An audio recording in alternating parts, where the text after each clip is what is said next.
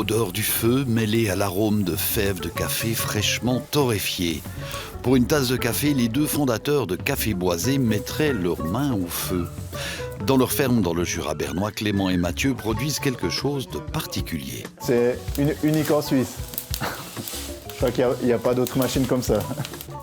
Le bois et la fumée donnent un goût particulier aux fèves de café torréfiées au feu. Clément Geyser et son cousin Mathieu Spicher expliquent ce qui les a conduits à utiliser cette façon très exigeante de torréfier du café en plein air de haute technologie. D'abord, il faut un vrai feu. Avec beaucoup d'expérience, Mathieu Spicher chauffe le four à torréfaction. Au fil des années, il a profondément assimilé la recette de torréfaction. Une fois que le feu aura un peu pris, on va mettre le café à l'intérieur, puis le processus de torréfaction il va commencer. Et puis là, ça peut varier entre 20 et 40 minutes, mais environ ça dure 30 minutes la fournée. Pour entretenir le feu, il faut bien entendu du bois. Ce bois, Clément le fond en petits bouts. C'est un travail assez satisfaisant, on peut penser à autre chose. On fait le vide quand on coupe du bois. L'histoire de Café Boisé est celle de deux amis qui aiment les expériences. En fait, avec mon cousin, on était toujours un peu à la recherche d'une activité à faire ensemble. On est proches depuis qu'on est petit. On s'est toujours super bien entendus, on a toujours été meilleurs potes. On a découvert la vie ensemble avec mon cousin. Une fois, en buvant un café, on s'est dit que pourquoi pas essayer d'en faire. Et puis, on a regardé des vidéos sur des vieilles techniques de comment ils faisaient.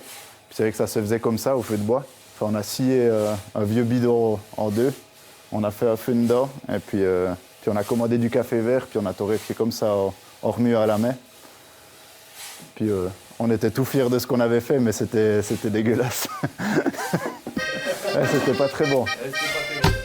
Depuis leurs premiers essais, les deux se sont perfectionnés. Pour la bonne recette, il faut aussi le bon ingrédient, la fève de café verte. Alors la matière, elle vient du Pérou, dans une région centrale du Pérou. Et puis d'abord, on travaillait avec un producteur direct. Mais c'est vrai que le prix, il était quand même assez conséquent. Et puis le consommateur final, il n'était pas prêt à nous payer le prix pour couvrir nos frais. Donc du coup maintenant on passe par un grossiste, mais le café est toujours certifié bio et fair trade. Et puis on est assez convaincus avec notre fournisseur. Les fèves vertes importées du Pérou passent maintenant dans le tambour au-dessus du feu. On lance la machine et puis normalement on est parti pour une trentaine de minutes. Cette machine est la pièce maîtresse pour assurer une torréfaction précise sur le feu. On peut aussi s'en passer, mais Mathieu ne le conseille pas. Pendant une année environ, on a tourné à la main, on n'avait pas de moteur. C'était aussi dans un autre récipient en fait. L'équipement mécanique fait la fierté de Café Boisé. C'est une machine qui est 100% Jura bernois. Tout a été fait environ sur Pontenay et chez nous. Depuis l'acquisition de cette petite machine créée sur mesure, la qualité de la torréfaction a atteint le sommet. Pour la bonne recette, elle est allée des années. Maintenant, on pense qu'on l'a vraiment trouvée aussi grâce à cette machine qui nous permet d'avoir quand même une belle stabilité dans le café. Mais c'est vrai qu'on a passé deux belles années à galérer pour trouver un petit peu le chemin qu'on voulait prendre. Ça y est, un chargement de café est prêt. Pour stopper le processus de torréfaction, il faut utiliser les mains. Cette manière de faire refroidit les fèves. Sur des machines industrielles, on voit, c'est en fait un grand bac qui refroidit le café comme ça automatiquement. Et puis ça, on n'a pas sur cette machine, donc on fait avec les moyens du bord, quoi. Il faut aussi un peu de matériel, un sèche-cheveux pour libérer la fève de sa coque. La meilleure solution trouvée jusqu'à présent. On a cherché pas mal de solutions pour nettoyer le café, des passoires avec des mailles très fines.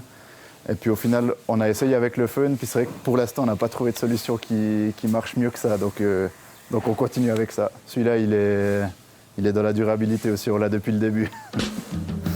Café et durabilité. Pas facile d'associer ces deux termes. Il faut savoir que le café est l'une des boissons préférées en Suisse. On en consomme en moyenne environ 9 kg de fèves par habitant. Pour faire pousser du café, il faut beaucoup d'eau. Et comme cette denrée est largement recherchée partout dans le monde, le café est souvent cultivé en monoculture. Et cela suppose l'utilisation de pesticides pour permettre aux plantes de survivre. Clément et Mathieu essaient de maintenir leur empreinte écologique aussi petite que possible dans l'équation compliquée entre café et durabilité. Il n'y a pas de café qui pousse encore en Suisse. Et puis on était aussi d'accord avec mon cousin que de toute façon les gens en Suisse n'allaient pas arrêter d'en boire. Pour nous, c'était toujours important donc, de travailler avec du bois régional, le plus régional possible. Donc on travaille soit avec les agriculteurs de la région, soit avec des copains qui font du bûcheronnage. On a la chance ici de toute l'énergie qu'on utilise, elle vient des panneaux solaires.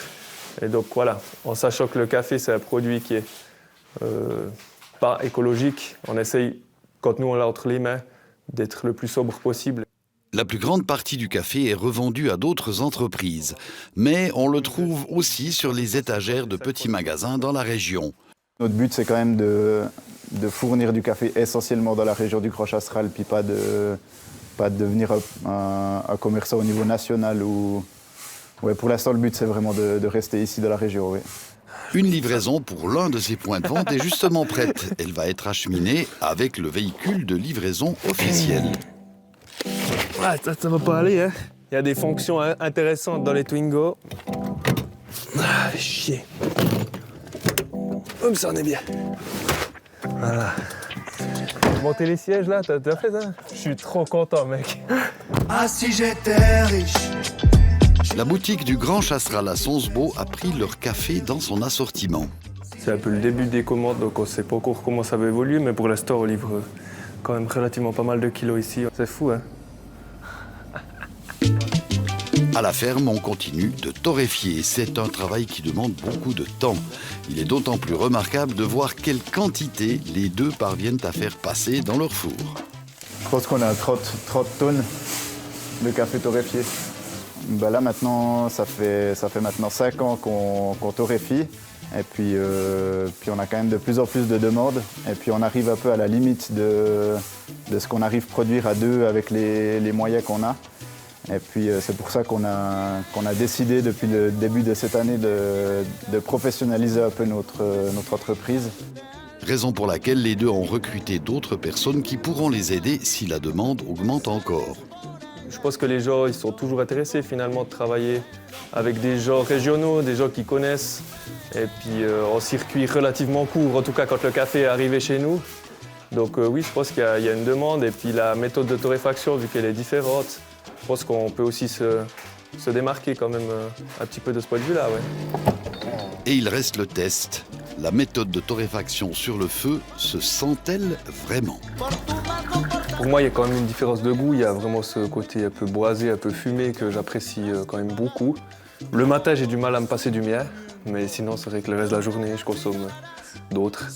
Autrement, il y a de très bons torréfacteurs aussi, donc j'apprécie tout autant les autres. Mais pour moi, c'est peut-être simplement aussi le plaisir de boire ce que nous, on a produit avec Clément. Puis c'est toujours meilleur quand c'est fait par nous-mêmes.